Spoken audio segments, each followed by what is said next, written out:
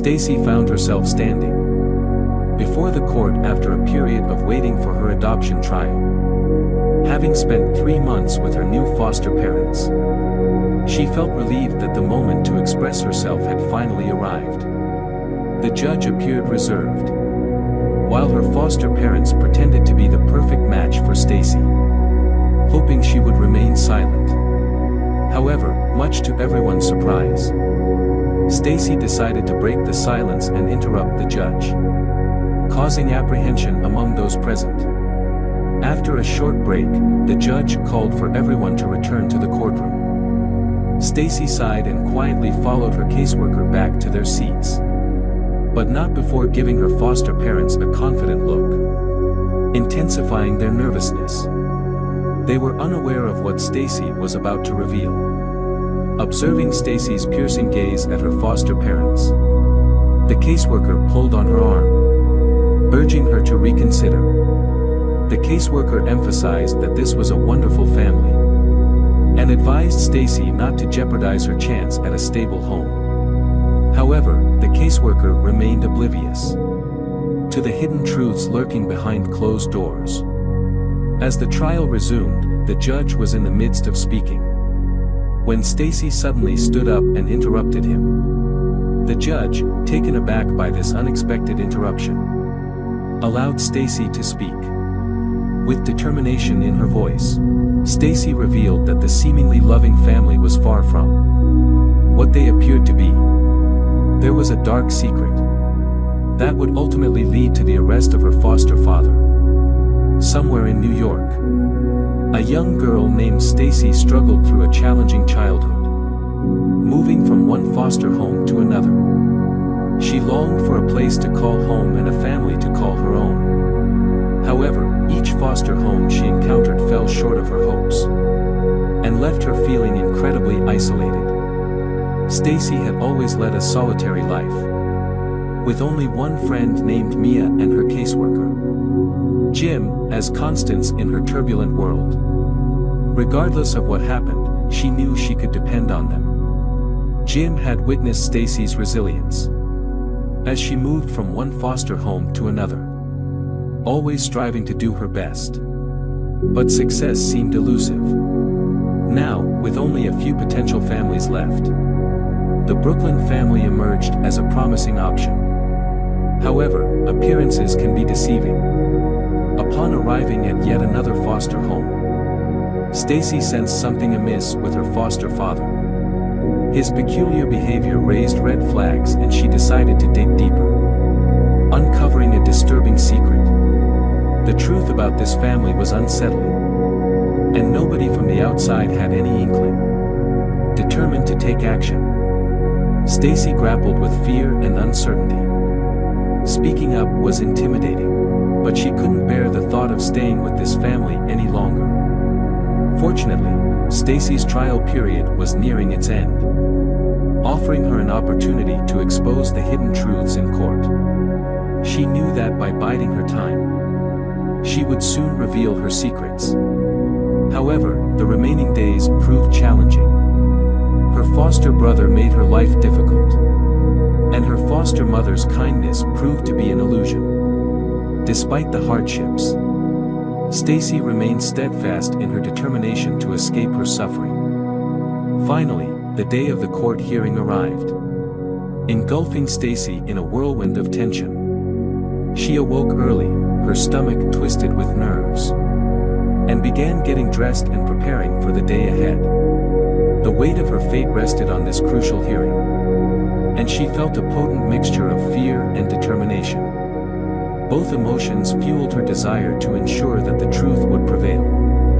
Due to the circumstances, she and her foster family had to go to court separately. Stacy was picked up early by her caseworker, Jim, who sensed her nervousness but wisely chose not to say anything. Having witnessed the gut-wrenching impact of such proceedings on children before, Jim aimed to create a calm and soothing atmosphere throughout the ride. Upon arriving at the courtroom, Stacy could feel her heart pounding in her chest, while her feet grew cold with anxiety. Mustering her courage, she entered the room unaccompanied. and immediately noticed her birth parents seated confidently at the front.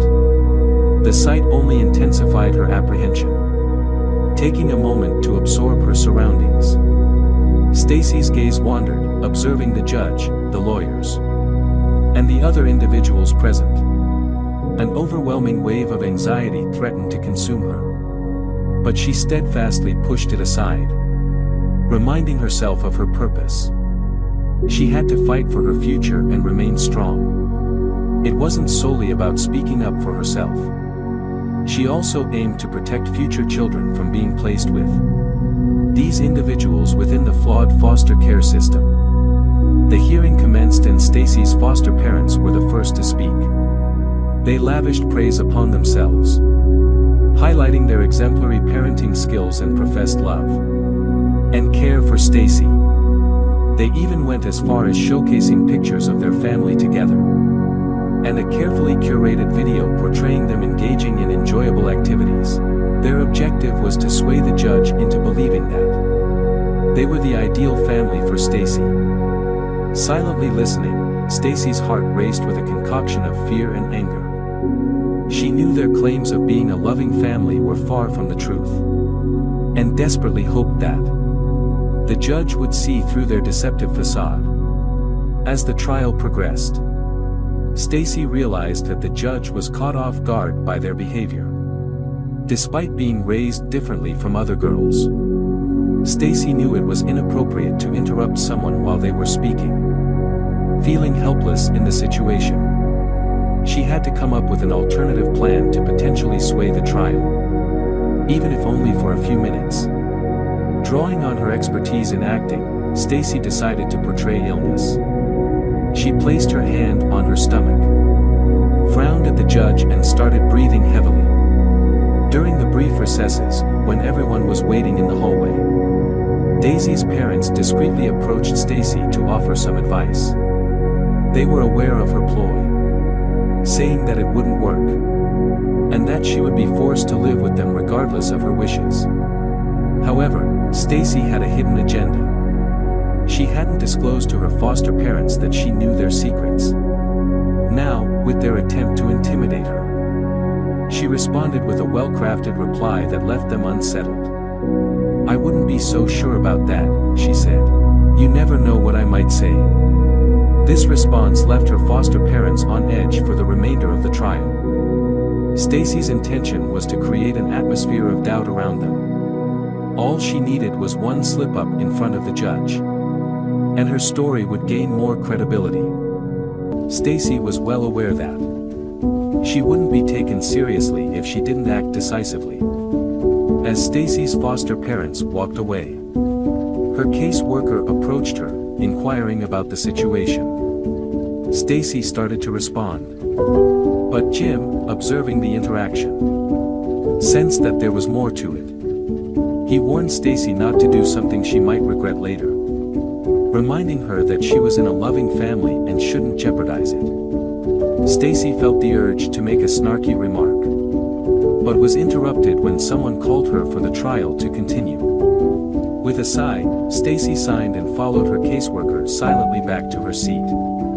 However, before sitting down, she cast one last confident look at her foster parents, causing them to become even more nervous.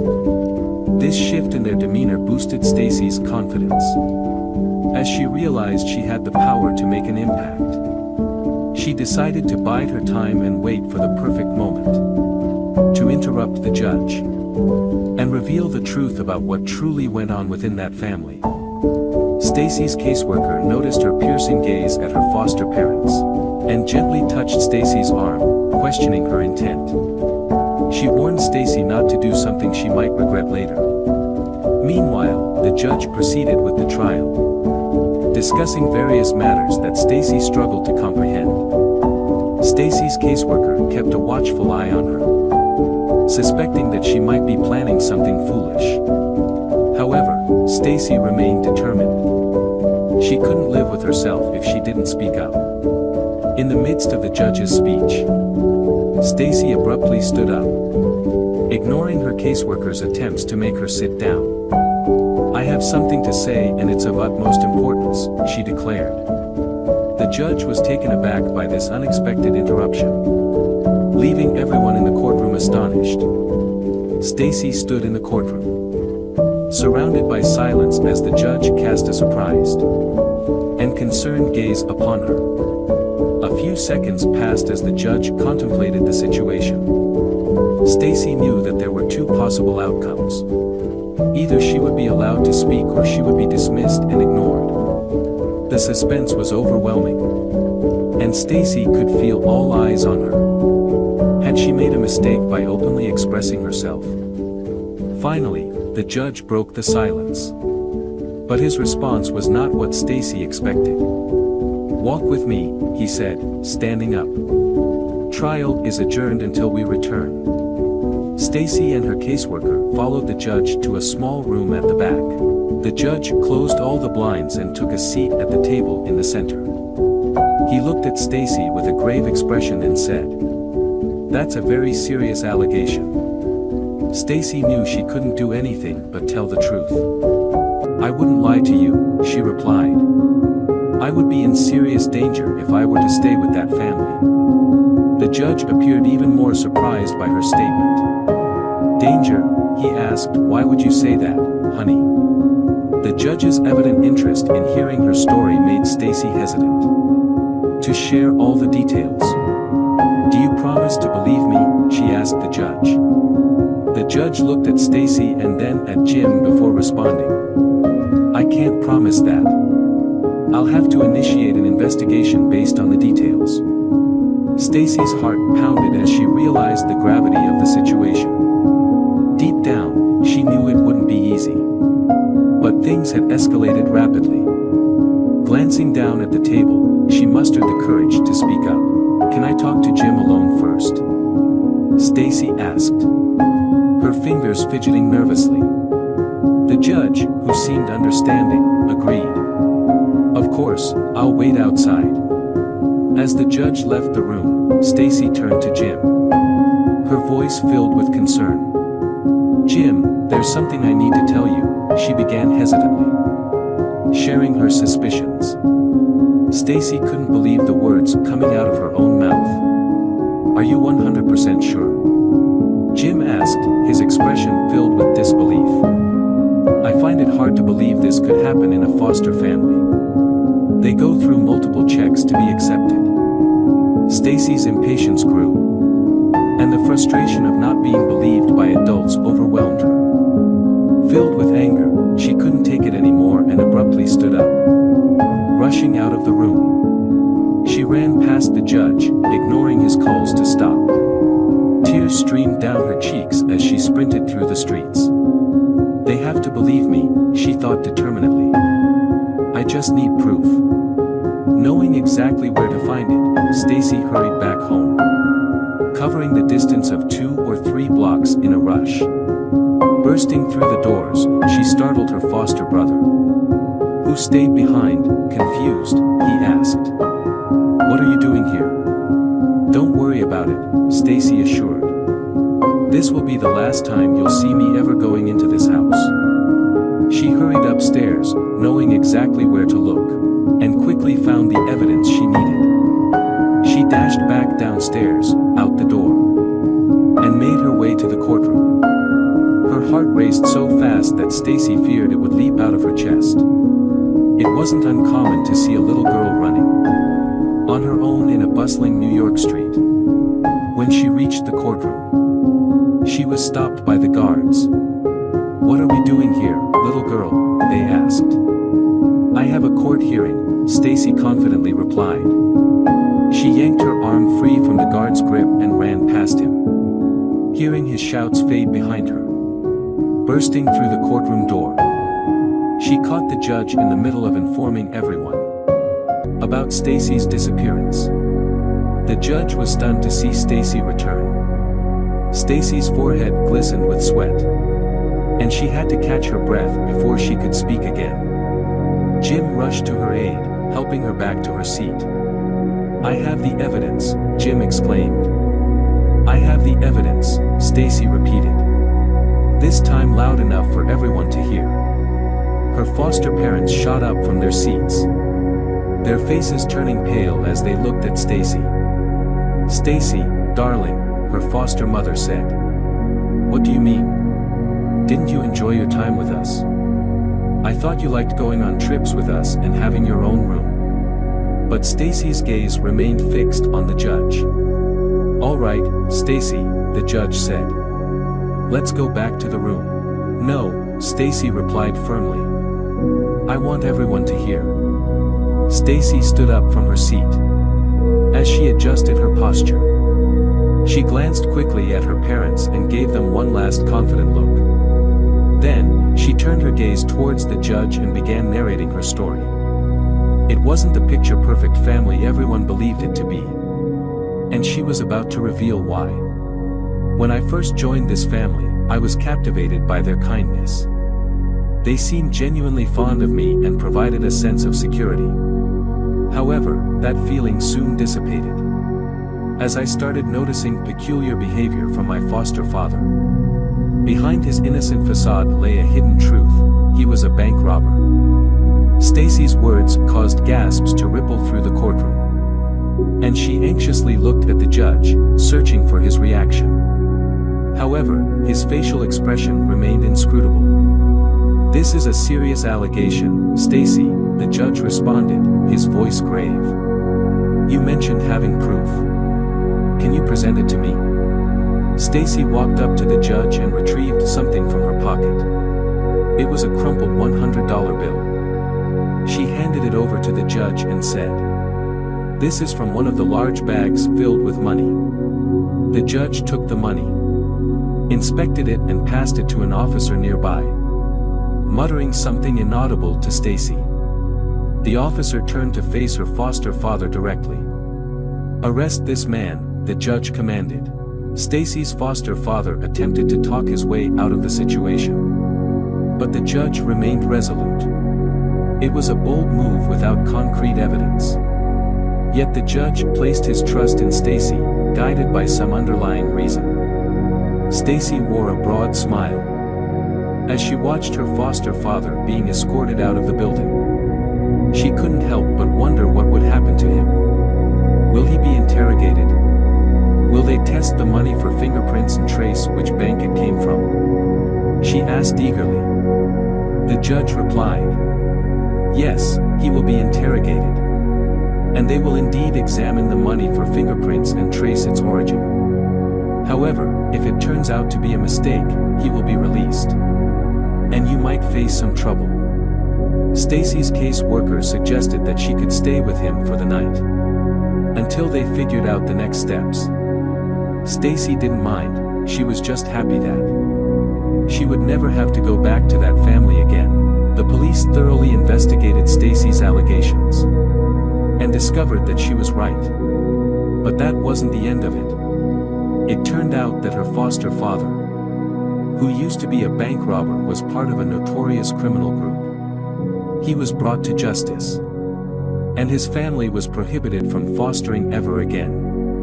Stacy was placed with a new family, and she finally found her forever home. Jackson Bezant is just like any other elementary school-aged kid. He's a cheerful and carefree boy who enjoys fishing, playing outside, and spending time with his family. The only difference between Jackson and the average child is that he was born with a rare condition called Treacher-Collins syndrome. This condition affects the development of bones and facial tissues. In Jackson's case, it resulted in near deafness, and the need for surgery to reconstruct his eye socket.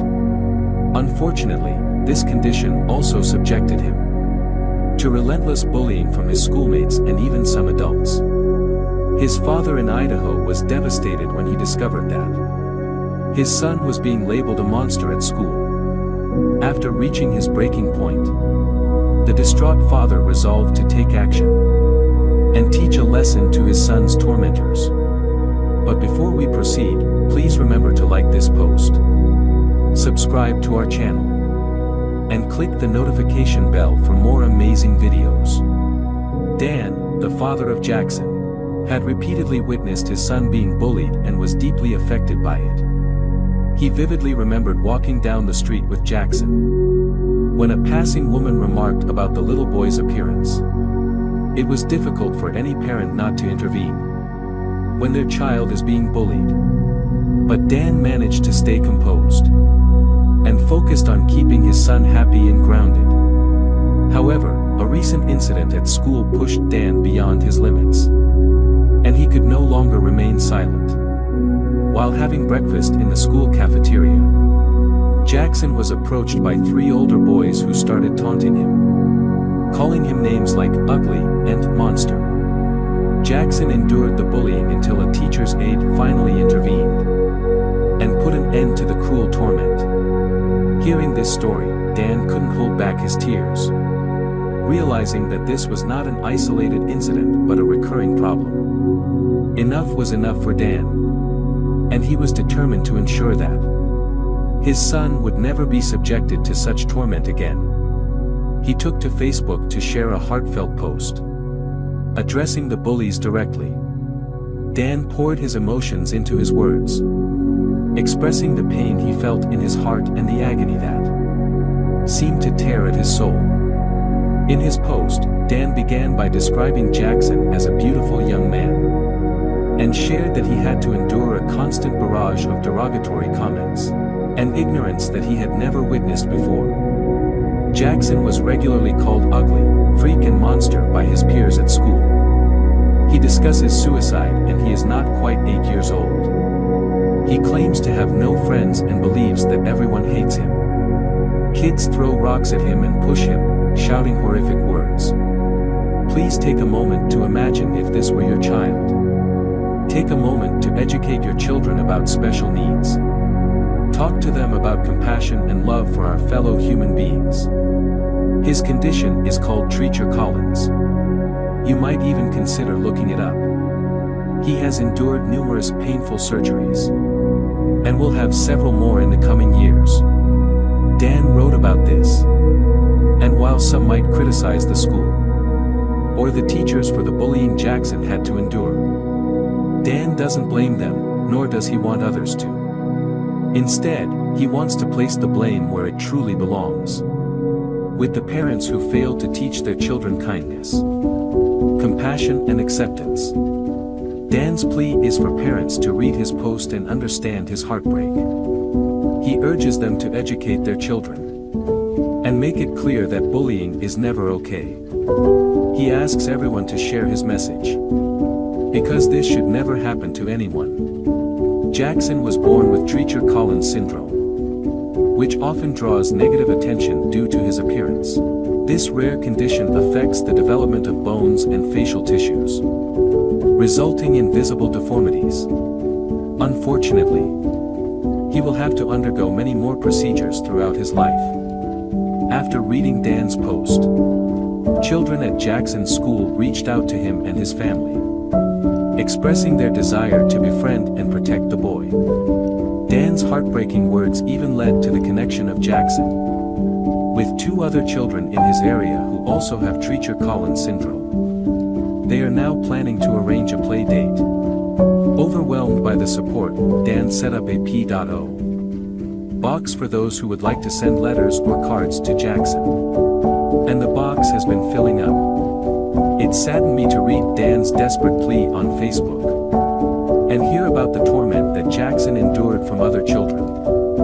No one should have to endure bullying. Much of the bullying is probably unintentional, as children sometimes make comments based on their observations without understanding the reality or the impact it may have on others. However, as Dan demonstrated, a little education can put an end to a lot of torment. If you agree, please share Jackson's story.